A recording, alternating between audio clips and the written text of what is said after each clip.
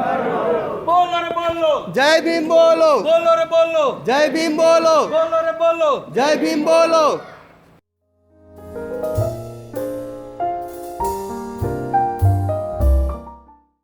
દીવામાં આવો બેસી જાવ ને. પણ પ્રકાશભાઈ બેનકર એ પોતે બેંકના ઓફિસર છે. પ્રકાશભાઈનું સ્વાગત દીવામાં કરશે.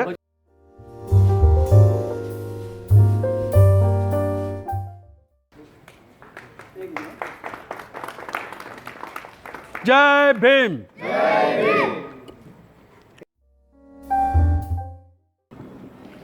કીર્તિભાઈ ચૌહાણ એ પોતે પણ બેંક કર્મચારી છે.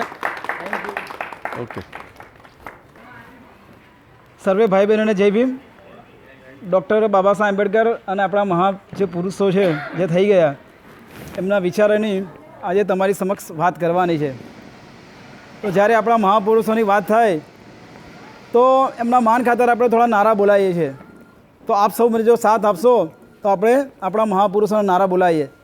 તો જો હું બોલું એ પાછળ તમે પણ બોલજો.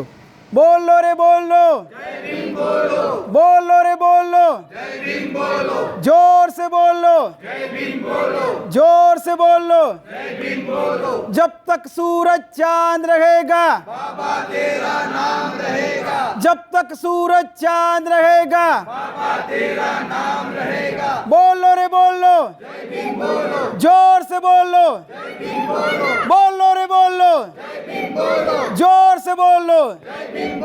Doctor Baba Saheb Ambedkar, doctor Baba Saheb Ambedkar. ખૂબ સરસ. ભાઈઓ બહેનો થોડી અમારી ઓળખાણ આપી દઈએ. મહેશભાઈ ઓળખાણ તો આપી છે.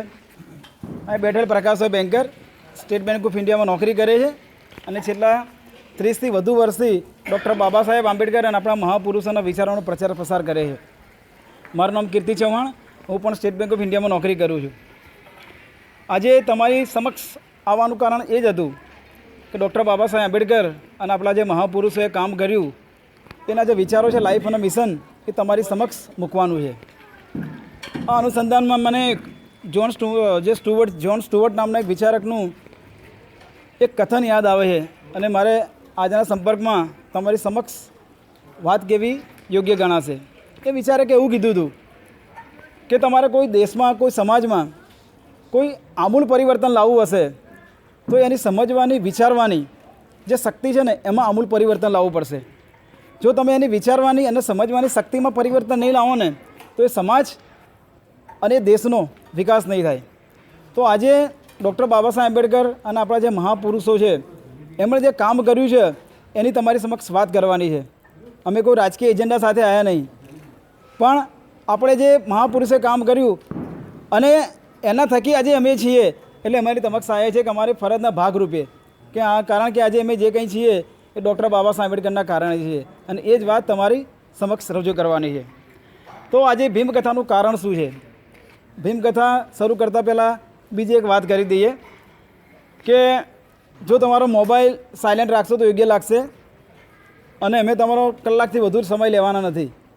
તો અંદર વાતચીત ના કરો તો સૌથી સારું રહેશે. કારણ કે આજે આપણે ડૉક્ટર બાબા સાહેબ આંબેડકરની વાત કરવાની છે તો આપણે દિલ અને દિમાગ બંનેથી એ સાથે રહેવું પડશે. જો તમે માનસિક રીતે અને શારીરિક રીતે હાજર નહીં રહો તો મજા નહીં આવે. તો ડૉક્ટર બાબા સાહેબ આંબેડકરના અવસાન પછી એવું કહીએ કે ભારત દેશમાં ડૉક્ટર બાબા સાહેબ આંબેડકરનું જે વિચારધારા હતી એમાં લગભગ શૂન્યાવકાશ એવું થઈ ગયું હતું અને એમના પછી એક મહાપુરુષ આવ્યા અને એ મહાપુરુષની વાત તમને આજે કરવાની છે કે એમની જીવનમાં જે ઘટના બની હતી અને એમણે જે સંદેશો આપ્યો એ આ ભીમકથાને લાગુ પડે છે એટલે એમની વાત તમારી સમક્ષ આજે કહેવી પડશે. તો એ મહાપુરુષે કે હમણાં એકવાર રસ્તામાં જતા હતા અને જ્યારે રસ્તામાં જાય છે ત્યારે ગટરનું ઢાંકણું ખુલ્લું હોય છે. આમ આપણે ગટરના ઢાંકણા ખુલ્લા હોય ને એ ગટરનું ઢાંકણું ખુલ્લું હોય છે. તો જો જ્યારે ગટરનું ઢાંકણું ખુલ્લું હોય છે તો જોવે છે કે કૂતરાના 4 બચ્ચા નીચે પડેલા હોય છે અને જ્યારે કૂતરાના 4 બચ્ચા નીચે પડેલા જોવે છે તો એમને કાઢવાનો પ્રયત્ન કરે છે. તો કોઈ માણસ મુસીબતમાં ફસાયેલો તો આપણે બહાર કાઢવાનો પ્રયત્ન કરીએ ને, તો એ મહાપુરુષ એ કૂતરાના 4 બચ્ચાને કાઢવાનો પ્રયત્ન કરે છે અને કાઢવાના પ્રયત્નમાં સફળ થાય છે, પણ એમાંથી કૂતરાના 2 બચ્ચા જ બહાર આવે છે અને બીજા કૂતરાના 2 બચ્ચા અંદર જ રહે છે. અને કૂતરાના 2 બચ્ચા બહાર કાઢીને આગળ નીકળી જાય છે. અને જ્યારે થોડા આગળ જાય છે ત્યારે એમની સાથે એમના અનુયાયીઓ પણ હોય છે. તો એમના અનુયાયી એમને પ્રશ્ન કરે છે કે ભાઈ ગટરમાં તો કૂતરાના 4 બચ્ચા હતા, પણ તમે કૂતરાના 2 બચ્ચા જ કેમ બહાર કાઢ્યા?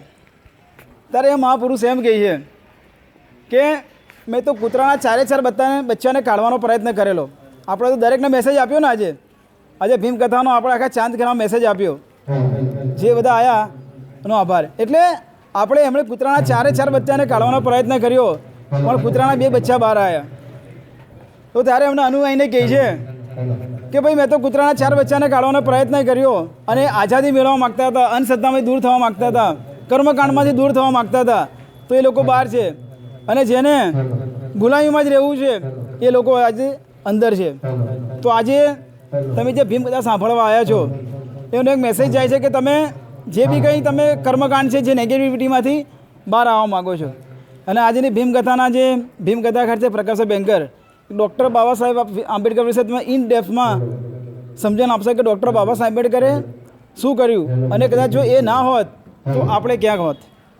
એનું એક જો આપણે ઉદાહરણ આપીએ કે ડૉક્ટર બાબા સાહેબ આંબેડકર વિદેશમાં જઈને આવેલા તો પણ એક પટાવાળો અમને છુટ્ટી ફાઇલ આપતો હતો, એક કલેક્ટર લેવાના માણસ ઘણા એ વખતે. તો આ બધી વાત આજે તમારી સમક્ષ કરવાની છે. તો એ મેં જે તમને વાત કરી તો એ મહાપુરુષ હતા માનનીવર કાંશીરામ સાહેબ. જો માનનીવર કાંશીરામ સાહેબ જો ના હોત તો કદાચ આજે મેં તમારી સમક્ષ જે નારા બોલ્યા, આજે તમારી સમક્ષ વાત કરી રહ્યો છું, એ પણ કદાચ વાત ના કરી શકત. તો એ માનનીવર કાંશીરામ સાહેબનો જન્મ પંજાબના રોપડ જિલ્લામાં 15 માર્ચ 1934ના દિવસે થાય છે. પોતે BSc કરેલા એક સાયન્ટિસ્ટ, જ્યાં ડૉક્ટર અબ્દુલ કલામ આઝાદ જ્યાં નોકરી કરતા સાયન્ટિસ્ટ હોય એ રીતે ત્યાં આપણે એક આસિસ્ટન્ટ સાયન્ટિસ્ટ તરીકે નોકરી કરતા હોય છે. એમાં એક સમયે એક બનાવ બને છે અને એ બનાવ એમની જિંદગી બદલી નાખે છે. અને જિંદગી પણ ભારત દેશની બહુજન સમાજની વિચારવાની શક્તિ પણ ચેન્જ કરી નાખે છે. તો એ સમયે વર્ષોથી 2 રજાઓ આપવામાં આવતી, 2 રજાઓ આપવામાં આવતી હોય છે. અને એ વર્ષે આ બંને રજાઓ રદ કરીને દિવાળીની અને લોકમાન્ય બાળ ગંગાધર તિલકની એ રજા એડ કરી દેવામાં આવે છે. તો એ વખતે એક 4થા વર્ગના કર્મચારી દીનાભાના ત્યાં નોકરી કરતા હોય છે. એ દીનાભાનાને આ વસ્તુની જાણ થાય છે કે ભાઈ આપણા જે પણ મહાપુરુષો છે એમની બંને રજાઓ રદ કરીને આ બંને રજાઓ દિવાળીની અને બાળ ગંગાધર તિલકની રજા એડ કરી દીધી છે. તો એ માણસ એનો વિરોધ કરે છે. કે અમારા જે પણ જે રજાઓ છે એને તમે બહાલી કરો, એને પાછી આપો. પણ ત્યાંના જે પણ કર્મચારી હોય છે એ ટસમસ થતા નથી. અને ત્યારે એમને એમ કહેવામાં આવે છે કે ભાઈ તમારે નોકરી જોઈએ છે કે રજાઓ જોઈએ છે? ત્યારે એ દીનાભાના વ્યક્તિ કહે છે કે મારે બંને વસ્તુઓ જોઈએ છે અને એ બંને વસ્તુઓ મારો હક છે અને હું લઈને જ જપીશ. જ્યારે આ આંદોલન થાય છે એ જ્યારે દીનાભાના આંદોલન કરી રહ્યા છે એ રજાઓ માટે, ત્યારે માનનીવર કાંશીરામ સાહેબ પણ ત્યાં નોકરી કરતા હોય છે. ત્યારે એમને જાણ થાય છે કે કોઈ વ્યક્તિ આ રીતે જે બીજી રજાઓ કેન્સલ કરી એ રજાઓ માટે આંદોલન કરી રહ્યો છે. ત્યાં સુધી માનનીવર કાંશીરામ સાહેબને ડૉક્ટર સાહેબ આંબેડકર વિશે એટલું જ્ઞાન કે એટલું કંઈ હોતું નહીં, સમજતા નહીં હોતું કે ડૉક્ટર બાબા સાહેબ આંબેડકરે આપણા સમાજ માટે શું કર્યું. પણ જ્યારે આ બનાવ બને છે એના પછી એક એમના મિત્રએ એમને પુસ્તક આપે છે, એનહિલેશન ઓફ કાસ્ટ. અને જ્યારે પુસ્તક વાંચી છે ત્યારે એમને ખબર પડે છે કે ડૉક્ટર બાબા સાહેબ આંબેડકર વિશે ડૉક્ટર આંબેડકરે આ સમાજ માટે શું કર્યું. અને એક દિવસમાં 2 થી 3 વખત એ પુસ્તક વાંચી લે છે. અને એ પુસ્તક વાંચ્યા પછી એ નક્કી કરે છે કે જો મારે કંઈ સમાજમાં ક્રાંતિ લાવી હશે તો મારે નોકરી છોડી દેવી પડશે. અને એ દિવસે એમની મમ્મીને 24 પાનાનો પત્ર લખે છે. અને 24 પાનાના પત્રમાં પહેલી લીટી લખી છે કે माँ मुझे कफन नहीं कफन चाहिए. એ રીતે વાત કરે છે, મુझे सेहरा नहीं कफन चाहिए. અને એમાં 5 પ્રતિજ્ઞા લે છે. 5 પ્રતિજ્ઞામાં પેલી એ વસ્તુ લે છે કે ભાઈ આ જીવન લગ્ન નહીં કરું. જો એક સાયન્ટિસ્ટ તરીકે વ્યક્તિ ઘર બહાર છોડીને પહેલી પ્રતિજ્ઞા લે છે કે આ જીવન હું લગ્ન નહીં કરું. મારું કોઈ બેંક બેલેન્સ નહીં હોય, મારો કોઈ પરિવાર નહીં હોય, અને આજ મારું જે જીવન છે એ મારા સમાજને અર્પિત કરી દઈશ. ડૉક્ટર બાબા સાહેબ આંબેડકર અને ફૂલેની જે મુવમેન્ટ છે એને મારું જીવન સમર્પિત કરી દઈશ. અને એના પછી માન્યવર કાંશીરામ સાહેબ 8 થી 10 વર્ષ સુધી સમાજમાં રેલીઓ લે છે, લોકોને જાગૃત કરે છે. અને 1978ના 6 ડિસેમ્બર બાબા સાહેબના પરિનિર્વાણ દિવસે 6/12/1978ના દિવસે એક બામસેબ નામના સંગઠનની સ્થાપના કરે છે. હવે આપણને વિચાર થશે કે બામસેબ નામના સંગઠનની સ્થાપના કરવાનો ઉદ્દેશ શું હતો? તો બામસેબ નામના સંગઠનની સ્થાપના કરવાનો ઉદ્દેશ એ હતો કે એ જે સંગઠન હતું એ સરકારી કર્મચારીઓનું સંગઠન હતું. કારણ કે સરકારી કર્મચારીઓ જોડે પૈસા પણ હોય, ટાઈમ પણ હોય. એ લોકો પૈસા પણ ખર્ચી શકે અને સમાજ વચ્ચે જઈને ડૉક્ટર બાબા સાહેબ આંબેડકર શું કર્યું એનો પ્રચાર પ્રસાર કરી શકે. જેમ કે આજે અમે તમારી સમક્ષ આવ્યા છે તો ડૉક્ટર બાબા સાહેબે અમારી માટે જે કર્યું છે, આજે હું જોઈએ કે બેંકમાં છું ડૉક્ટર બાબા સાહેબ આંબેડકરના પ્રતાપે, તો મારી પણ એક ફરજ બને છે પેબેક ટુ સોસાયટીના ભાગરૂપે કે હું મારા સમાજને શું આપું. કારણ કે હું પ્રાઇવેટમાં નોકરી કરતો હતો અને ડૉક્ટર સાહેબના પ્રતાપે, રિઝર્વેશનના પ્રતાપે આજે હું તમારી સમક્ષ છું. એટલે ડૉક્ટર બાબા સાહેબ આંબેડકર જો ના હોત તો આજે મારા જીવનમાં લીલી વાળી ના હોત. એટલે ડૉક્ટર બાબા સાહેબ આંબેડકરને 100 સલામ. તો મારા જેવા 50 લાખ લોકો ડૉક્ટર બાબા સાહેબ આંબેડકરના પ્રતાપે આજે સરકારી કર્મચારીના લાભ લે છે અને જીવન મસ્ત ગુજારે છે. તો માન્યવર કાંશીરામ સાહેબે પણ આ 5 પ્રતિજ્ઞા લઈને નીકળી જાય છે. બામસેબ નામના સંગઠનની સ્થાપના કરે છે. એના પછી એક દલિત શોષિત સંઘર્ષ સમાજ સમિતિની સ્થાપના કરે છે. એ સ્થાપનાનો એમનો ઉદ્દેશ એ હોય છે કે ભાઈ બામસેબ નામનું સંગઠન એ વૈચારિક સંગઠન છે, એ કર્મચારીઓનું સંગઠન છે. અને કર્મચારી સંગઠનનું એક લિમિટેશન હોય કે એવો કોઈ સંઘર્ષ માટે રોડ પર ના ઉતરે. તો એના માટે એમણે દલિત શોષિત સંઘર્ષ સમાજ સમિતિની સ્થાપના કરી. અને એના પછી કંઈ બી આંદોલન હોય તો રોડ પર એ લોકોને લાવતા હતા. આ રીતે માન્યવર કાંશીરામ સાહેબે ભારત દેશમાં લીલો ઝંડો ફરકાવી દીધો. જો આજે આપણામાં પોલિટિકલ સાયન્સ કોઈ આવી હોય કે મારે કોનો વોટ કરવો ના કરવો, જો પોલિટિકલ સાયન્સ આવી હોય તો હું ચોક્કસ કહીશ કે માન્યવર કાંશીરામ સાહેબના કારણે. डॉक्टर बाबा साहेब आंबेडकर કીધેલું કે જાઓ अपनी दीवारों पे लिख दो तुम्हें इस देश की शासन करता समाज बनना है. આ જે સૂત્ર હતું એ માન્યવર કાંશીરામ સાહેબે પોતાના દિલો દિમાગમાં ઉતારી લીધું. અને એમને એટલી તો ખબર પડી કે જો મારા સમાજને કંઈ આપવું હશે તો રાજકીય સત્તા નહીં હોય ત્યાં સુધી કંઈ આપી નહીં શકું. તો એમણે રાજકીય સત્તા લેવા માટે પ્રયત્નો કર્યા અને એમણે બહુજન સમાજનું એક સંગઠન બનાવવાનો પ્રયત્ન કર્યો. એમનું બહુજન સંગઠન જે બનાવ્યું એનું કારણ એ હતું કે મારે સમાજને ભેગો કરવો જોઈએ, મારે કોઈ રાજકારણમાં નહીં આવું, એમનો ઉદ્દેશ પહેલાં એ જ હતો.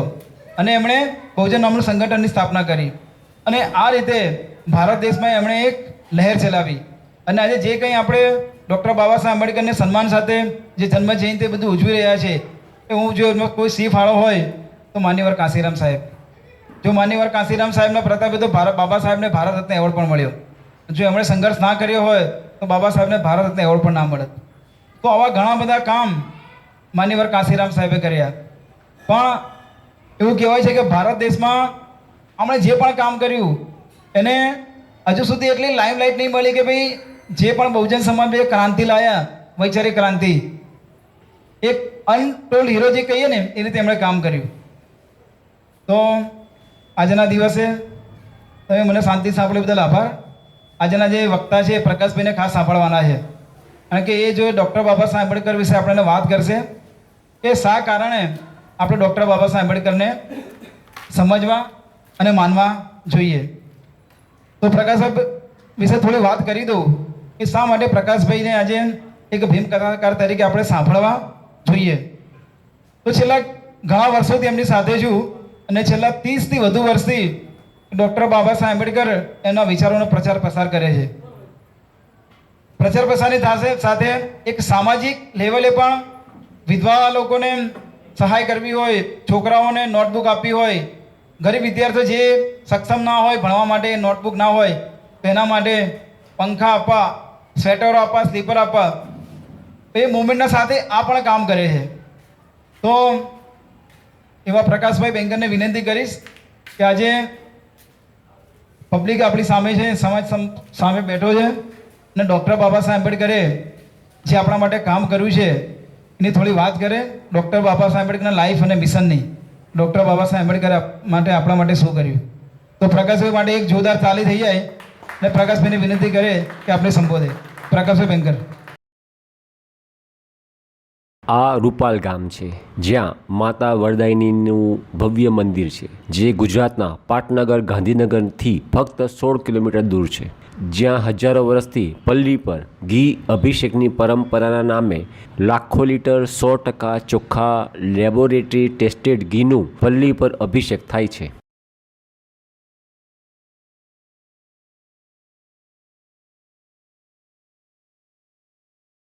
બેન, મળવું હતું, કોની સાથે વાત કરી શકું? જરા મળવું હતું મારે. કોઈ પુરુષ છે? ના, કોઈ નહીં, બોલો. ઓહ, એટલે મારે જાણવું હતું કે જે નહીં પલ્લી વખતે જે ઘી લઈ જતા હોય છે વાલ્મીકી સમાજ, એ અહીંયા જ કે રહે છે બધા કે અલગ અલગ બહુ દૂર દૂર સુધી પણ છે? કેટલા? અમદાવાદ રહેશે. અચ્છા અચ્છા. તો એ મારે એમને મળવું હતું, પૂછવું હતું એમને થોડું ઘણું, તો તમને પૂછવું ચાલશે? અચ્છા, એ જ પૂછવું છે કે જે આ ઘી ઢોળાઈ જાય છે અને એ તમે લઈ જાઓ છો, તો એ જ ઘી તમને ચોખ્ખું મળે? એ લોકો જેમ ભરી લે, જેમ હનુમાનજીના મંદિરમાં એક ચમચી ચડાવે અને બાકીનું તેલનો ડબ્બો બાજુ મૂકી દે અને પછી એ તેલ ઉપયોગમાં લે. ના, પૂછવાની વાત છે. તો એ સારું કે નહીં સારું? એમ ચોખ્ખું, ધારો કે આ તમે અમારે જે નીચે ઢળાય ને, હા હા, એ જ અમે લઈ શકીએ. પલ્લી નીકળીને ઉપર જે ઢળાય ને, હા હા, પલ્લી પર એ જ લેવાનું મારે. નહીં, એ વાત સમજી ગયો, લેવાય આ.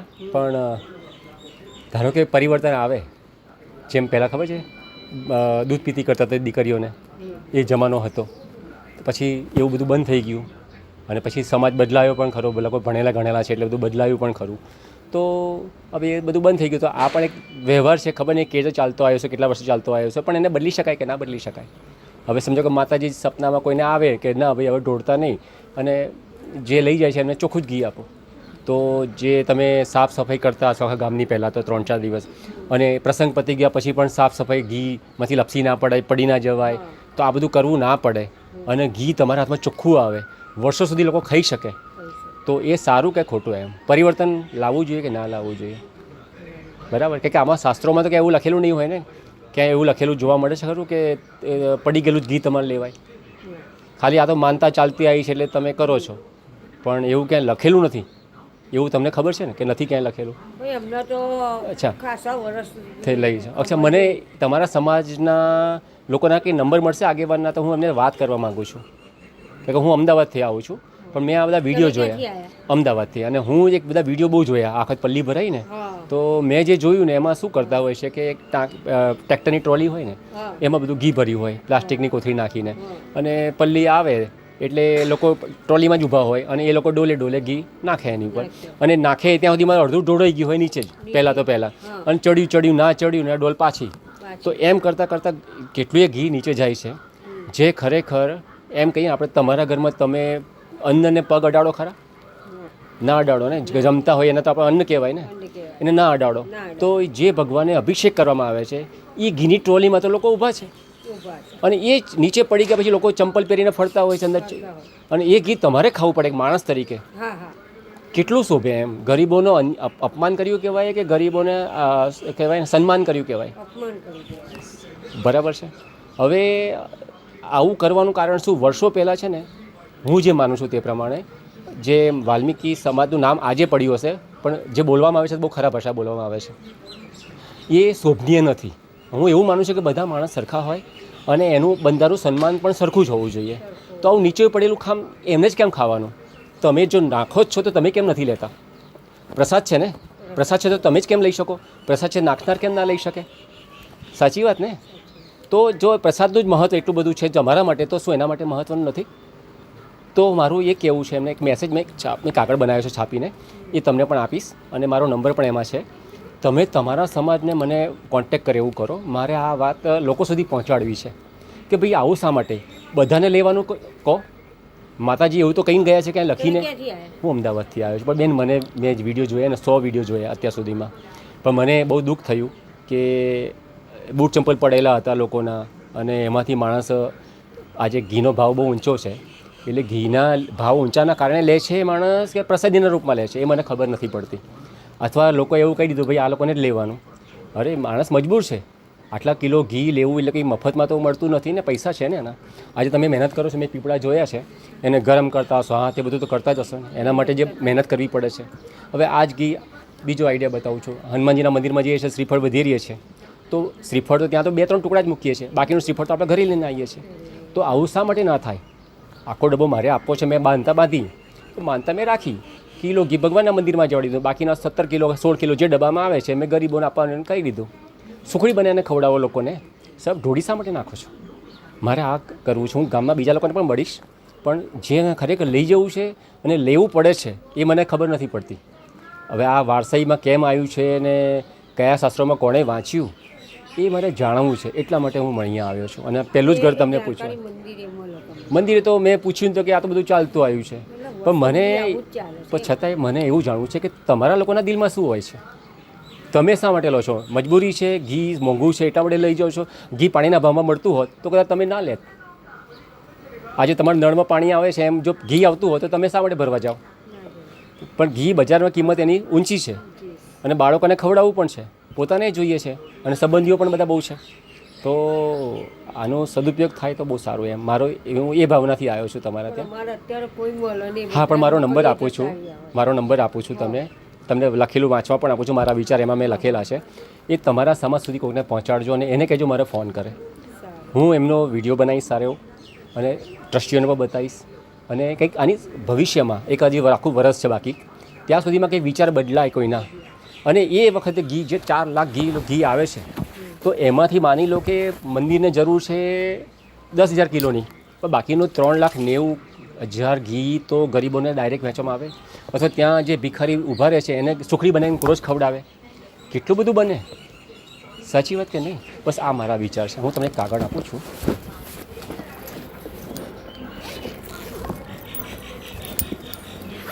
તમે ગુજરાતી વાંચી શકો છો? ગુજરાતી નથી વાંચતા? હા હા, મારું આ ગુજરાતીમાં જ લખેલું છે. અને હું આ કાગળ એક માતાજીના મંદિરમાં પણ મૂકવાનો છું.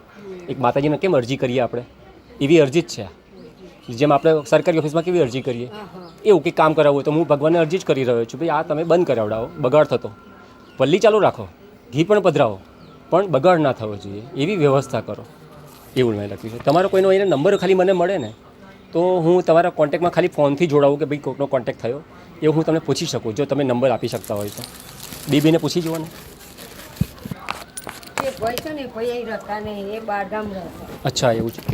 પણ નંબર એમનો કંઈક મળી જાય? તમારો હાલ ઘરનો નંબર તો મને આપો કોઈનો, જેથી હું તમને ફોન કરીને પૂછું ભાઈ એમનો નંબર મળે તો મને આપો. મને નંબર નંબર હું રાખતી નહીં, ફોન હું નહીં રાખતી, બરાબર? ફોન મારો શું કરવાનું રાખી? બરાબર છે. અચ્છા, મારો નંબર મેં કાગળમાં લખેલો છે, કદાચ મને કોન્ટેક્ટ કરાવી શકો તો કરાવજો. બરાબર છે. અહીં બીજા કોઈના ઘર નથી? બધા બારગામમાં જ રહેશે, ખાલી નોરતા મજા આવશે બધા. ઓ એવું છે. 12 મહિને આવે ત્યાં. અચ્છા, કોઈ ના આવે. કેવી રીતે કોન્ટેક્ટ કરાવશો? તમે કરાવી શકશો ખરા? મને કોઈનો નંબર આપશો ભવિષ્યમાં? મારી જોડે નંબર જ હાલ ભલે નથી, પણ કોઈક તો એમને આડા દિવસે કોઈક આવે અને મારો કાગળ તમે એમને આપો અને મારો નંબર એમાં લખેલો છે, મને ફોન કરાવો, તો મારે ખાલી વાત કરવા માગું છું આ બાબતમાં. બરાબર સમજાય છે? એટલે ભવિષ્યમાં જો બદલાવ આવે ને તો એક જે પુરાણું જેવું શું કહેવાય કલ્ચર છે, એટલે કે એને કહેવાય કે જે બગાડ થઈ રહ્યો છે અટકી જવો જોઈએ. અને ઘી પાઇપ વાટે આવે ને પાઇપ વાટે પાછું ડબ્બામાં ભરાઈ જાય. આવું થાય તો રોડ સાફાઈ ના કરવા પડે, કોઈ લપસી ના પડે અને ગંદકી ના થાય, અને તમને બધાને ચોખ્ખું ઘી મળે. ભલે તમને જ આપવાનું કીધું તો તમે લઈ જાઓ, પણ ચોખ્ખું. શા માટે નીચે પડેલું લેવું પડે? બરાબર મારા વિચારો? અચ્છા, એ રીતે લઈ જાય રાવણ? એ અંદર જે મંદિરમાં જે કુંડ મેલેલો છે ને, હા હા, એ કુંડમાંથી લઈ જાય છે. અચ્છા, એને ત્યાંથી લેવાનું અને તમારે રોડ ઉપરથી લેવાનું? પલ્લી નીકળી નાખી એને જ લેવાનું. અચ્છા, તો મારે રાવણ સમાજે ક્યાં આવ્યું? મારે એમના ત્યાં જવું હોય? આમાં ગલ્લો છે ને, હા હા, એ ગલ્લે કહજો, એ ભાઈ તમને બતાવશે એમનું ઘર. સમજાઈ ગયું. સારું, હું ત્યાં જોઉં છું. પણ ભવિષ્યમાં મને કોન્ટેક્ટ કરાવજો, એક સારા કામ માટે છીએ આપણે. હા, બરાબર છે. બરાબર. અચ્છા, થેન્ક યુ બેન. શું નામ તમારું? મારું નામ સોનલબેન. સોનલબેન, સારું બેન સોનલબેન, જરા મને મદદ કરજો. એ હા. અને મારે આ ટીપડા છે એ ઘીના જ છે. લીના. મને જરા ખોલશો, હું વિડીયો બનાવું તો મને જોવું છે કે લોકોને પણ બતાવી શકો કે ભાઈ આવું હોય છે એમ. એટલે આ તમે તબડકામાં ઉચકી ઉચકીને લાવ્યા છો અહીંયા? ડોલો ટ્રેક્ટરમાં લઈએ ને અહીં પ્રમાણે ભાગ પડે. અચ્છા અચ્છા, ભાગ પડે પાછા 11 ગળવાના લેવાના. 11 ગરવાના લેવાના. ઓહ, અને જરા ખોલો ને એક વખત. આના કરતાં ચોખ્ખું તમને રાવણ વાસ્તો તમને જોવા મળે. એમ કેવું ગંદુ છે એ જોવું છે મારે અત્યારે તો.